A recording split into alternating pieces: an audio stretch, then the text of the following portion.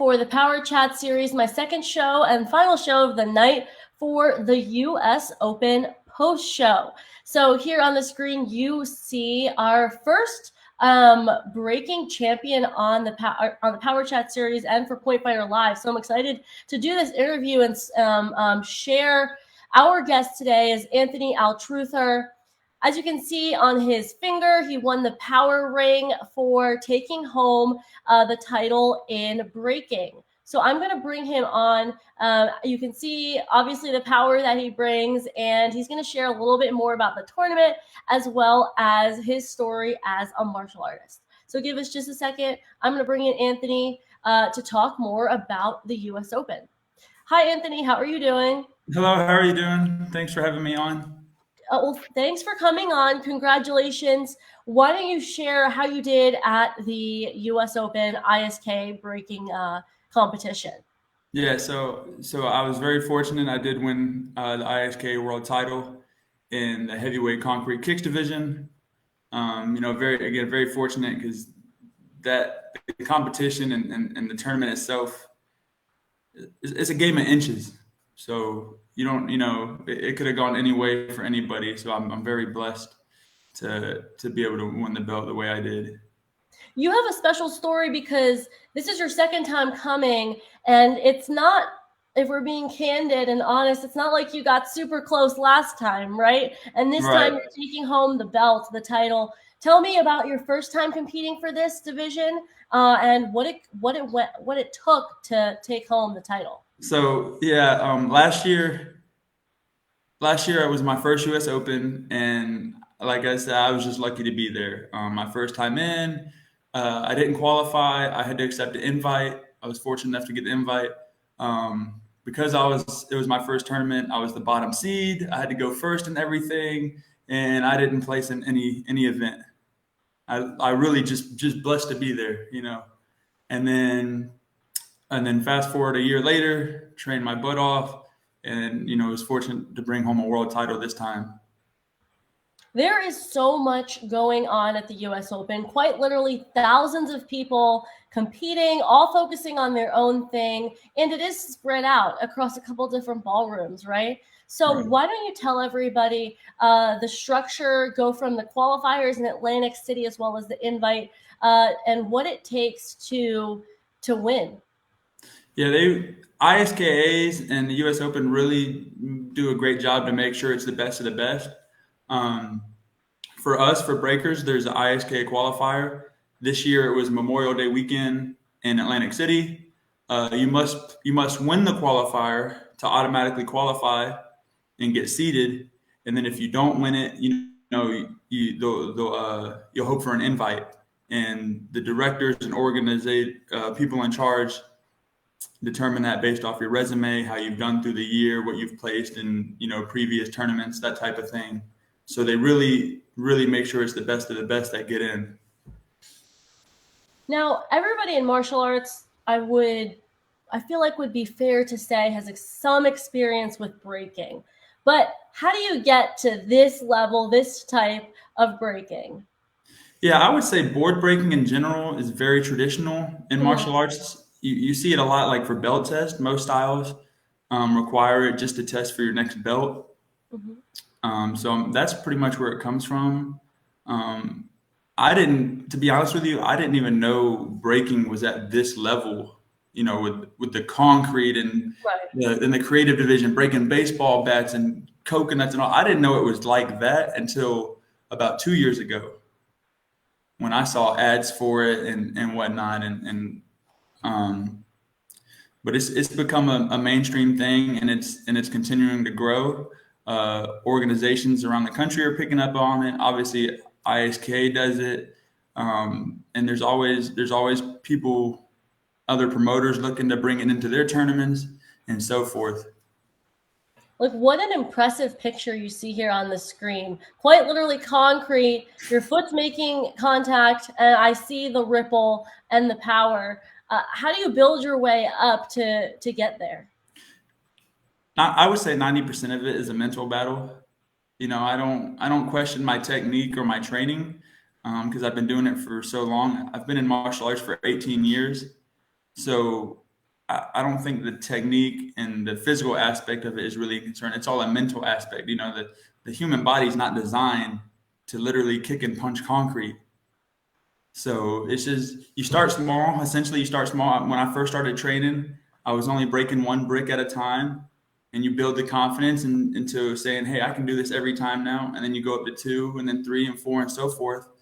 And then in this picture, I broke 13 out of 13 to take home the ISK title. Awesome. This was the kicking. Do you do any other divisions in the heavyweight category? Yes, ma'am. So I compete in everything. For at the U.S. Open, there's four major divisions. You got the ISK kicks, which you see here. You got concrete elbow, 3D wood, and then the creative division. I competed in all four of them, but it was only my day to win the concrete kicks division. Okay. And then in terms of watching some of the other competition, obviously each person was qualified to be there. Tell me more about watching your competition. A lot of us know each other pretty well, and that makes it harder, really, because a lot of us go to the same tournaments, especially the bigger tournaments. You kind of know what they got, what they can do. So it's when you see the same faces and you know each other so well, you know what they bring to the table. It actually makes it trickier. Um, but outside of that, the everyone in the competitions, I mean, it's not only are they top competitors, but they're top individuals. Um, the thing I love to say about martial arts, I think martial arts is the only sport in the world where you can compete at this level, and you know you got the stakes are high, you got world titles on the line, world records on the line, and so forth. But at the end of the day, the respect for one another and how we treat each other as families is second to none. You know, you go anywhere else, maybe you know baseball, football, whatever, and you don't talk to anybody outside your team. It seems like you know, hey, this is our team, that's their team. We leave them alone. Um, but one thing I noticed at the U.S. Open this year, like for example, I was eating dinner the night before in one of the main food courts, and you see people from other teams conjuring together. You know, you'll have people from Paul Mitchell or Competitive Edge or Team Infinity, whoever, and everybody. It's really feels like a family aspect outside of you know also competing for world titles. Now, how did you get involved in martial arts? You said you've been practicing for 18 years. So I started martial arts when I was about 8 years old. Me personally, I started it. It sounds kind of funny, but I started it because I was bored. I was 8 years old and didn't have anything to do. You know, my dad worked long hours type thing. So I just signed up, you know, let my dad had me do it to give me something to do. I didn't really have any intentions of sticking with it or, you know, making a career out of it like this. I do Hapkido, and luckily, I started when I was in Georgia, and luckily, I fell in love with my Hapkido federation at the time. As a kid, I had an amazing master, uh, classmates. I made friends. You know that type of thing got going pretty quick. So um, I stuck with it. But in the very beginning, I just did it as something to do while my dad was working long hours. And then I moved away. I moved to Virginia about 7 years ago to you know for work and school. And then I started traveling more. I was actually sparring for a while. I was doing more sparring events, doing NASCAR level tournaments, and then wanted something new. And I always knew I was kind of good at breaking. Mhm. So then that's when I found the ISK level breakings. And then, like I said, I got involved with that 2 years ago. And last year was my first US Open, and this was my second one. Before we started coming on to this call, you mentioned kind of the caliber of ISKA breaking. Tell me more, as obviously on your resume, you've done breaking at multiple different tournaments as this becomes more popular across multiple different circuits. But what would you say differentiates ISKA breaking to others? The prestige of it. ISK is obviously the highest level, and they keep the number of ISK sanctioned events pretty low. As I mentioned, as far as I'm concerned, you have the qualifier and then the US Open. So those are like your only two chances out of the entire year to earn an ISK belt. as a qualifying champ or a world champ. So that's why the pressure's always up. You know, it's not always like, oh, you know, there's next week or the week after. Or whatever. You have two chances. We train all year round the clock for two, for Right. essentially Two 2 days out of chances. the year. Now, at what point during the competition So at the U.S. Open, at what point during the competition during the U.S. uh, Open? say before I was very stressed out. Oh, sorry. I don't know. I'm sorry. You're kind of breaking up. Give it just a second to buffer. You're breaking up a little bit. Um, Give me a second. I'm not sure if it's me or you, but I think it'll buffer in just a bit. Okay, can you hear me? Ooh. Maybe if people who are watching can let me know if you can hear me or if you can hear Anthony. Just give me a little bit of an indication. Anthony, can you hear me? I'm not sure if it's any feedback, guys. Just let me know if you can hear me or if then I can just pop off and see if Anthony's. Can you hear me, Anthony? Yes, I can hear you. Might be me. Oh, okay. Okay. Well, I was gonna say, I think you were getting a little bit into it, but just talking about 2 days out of 365 really is when you have to prove yourself, It's working good right? on my Just end. 2 days I for can see ISKA. I think you, that. and you're moving around. Just Oh, it might be me. It I can hear is. It probably is me. you, just not. Um, just tell us a little bit more about handling that pressure, because there's only one U.S. Open, one World Championship for ISKA.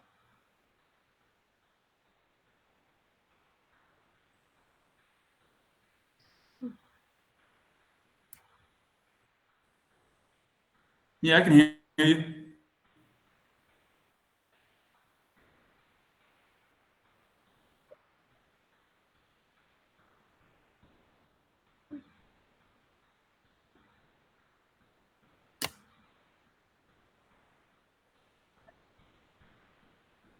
Yeah, your audio.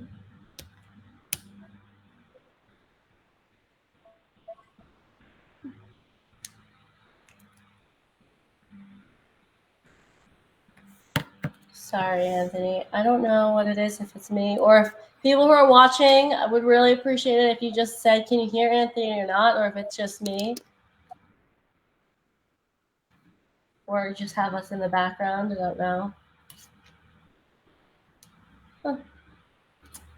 Okay, The best Anthony, I can't thing I hear you can right is now. Do you want? I fall back on people that There's have like a been here major lag or before something. I'm me. gonna. Like again, up until last year, this was new. Okay. I removed Anthony, and I'm gonna let him know to come back in so we can finish this. Give me 1 second. I'm assuming you guys can still see me. Hop back in. You guys are not really talking to me today in the comments. I have no indication if it's me or him, and I'm gonna do what most everybody does. It's assume it's the other person. So I kicked Anthony out so he can come rejoin us. You're just going to have to look at my face and him breaking those blocks, and watch me assume that it's not my Wi-Fi, as people mostly do. But Anthony is coming back in just a second as we finish talking about his martial arts journey. He'll buffer in, he'll load up, and we'll come in soon. It really might be me, and it might be my Wi-Fi, but it says like all green bars. So I'm not sure what's going on. Make sure you join through Safari. Let me tell him that too.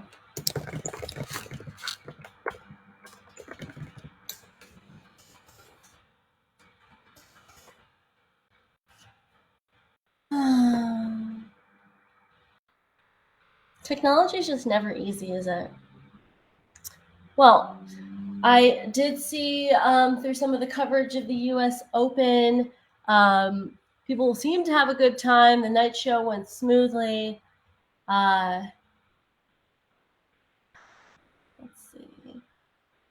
Watching from the sweetest sides of Detroit, Michigan, in the USA.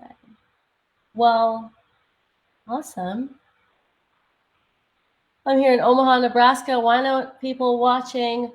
Let me know if they have any questions for Anthony, for martial artists in general, or for me as I wait for him to come back on. If not, I won't hold you guys here too long.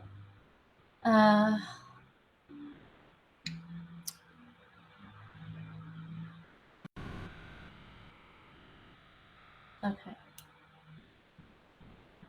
Okay. Oh, there we go. This is a Hey, is very. that better? I went ahead. I'm not sure if it was you or me, but I just switched from my laptop to my cell phone. This is much clearer. You're on live. Perfect, Anthony. Okay, cool. So let's pick up where we left off when you were kind of talking about having to perform at that level.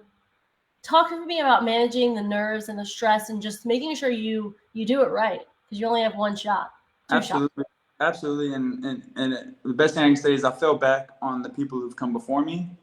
I've learned and met great relationships, and I found some mentors, who've been in a long time. I got to give a big shout out to Parker Moody. Parker Moody is a two-time world champ. He holds multiple world records. He's been featured on this, featured on that, been on ESPN. I mean, he's been through it all. So I made a great connection with him, and I owe a lot of my success to him. He's been through it many times. So I've linked with him. We train together. He's my main training partner. And just being able to pick his brain and my other mentor's brain. Hey, how would you handle this? Or what would you do in this situation? Because again, up until last year, I'd never been in anything like this. So Parker, if you're watching, big shout out to you, buddy. Sure he is. Now, you've been doing martial arts for some time. It's your second year. You're currently a free agent, as one would say, in the martial arts world. You looking for a team? Is that something you're interested in? If teams are wanting to expand their roster with people who are in the breaking, sphere. Oh, absolutely. And a lot of us talk about it all the time. Even Alex Reyes stays on top of it, promoting breaking and helping grow breaking and whatnot. And we would love to see breaking become a mainstream thing on the NASCAR World Tour. I would love to see breaking become a part of like Team Paul Mitchell. I think we've even sent an email to Team Paul Mitchell before, but Team Paul Mitchell, Team Revolution, those types of things. We would love to get breaking to that level and just keep growing it to a mainstream thing. I think that's a great way to kind of wrap this up, just to show that it's growing, but it's also there. It's kind of time to pick up these amazing martial artists who are doing some great feats. And Right. If you kind of think about the entertainment aspect as well as just the discipline aspect, it brings all of those different things, and that's why they highlighted at the U.S. Open. We do have a question here. Someone asked, do you feel it's easier to perform with no audience or as a tournament like this with an audience? I much prefer an audience, but be careful what you wish for, because if you're doing it in front of thousands of people, it could be nerve wracking. But just having people behind you, you hear the cheering, come on, cheering for you, rooting for you, and the people there, no matter what, whether you do good or do bad, they're going to be there for you. So I personally do prefer to have the audience. Sometimes you feed off of it when the crowd's really going and you have the right people in your corner. I like to say powerful things can happen with the right people in your corner. So I do prefer the audience. Yeah, I love the audience when I was competing, just having teammates behind you or just feeding off that energy. You're right. But the energy has to be good in the room. So that's something to consider. Thank you so much for that question. It was a good one. All right. You gave a shout out to your mentor. Anyone else, Anthony, as we wrap up the post show for the U.S. Open? Shout out to you for doing this. Shout out to Alex Reyes and all of Point Fighter Live. Alex talks my ear off about growing, breaking, and everything with Point Fighter Live in general. I'm a big supporter. This was a surprise to me, these power rings. I did not know this was a thing until I won it. But Yeah. Again, just another little thing that Point Fighter Live does to try to grow and encourage everybody. So I'm very grateful for this and very grateful for everything that Point Fighter Live does.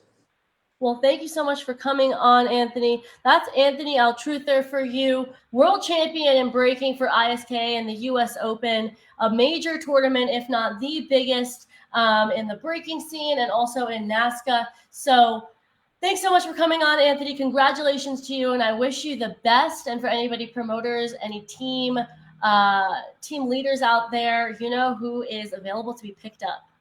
Thank you so much. All right, take care. Thank you so much for watching, everybody. Okay, we are off.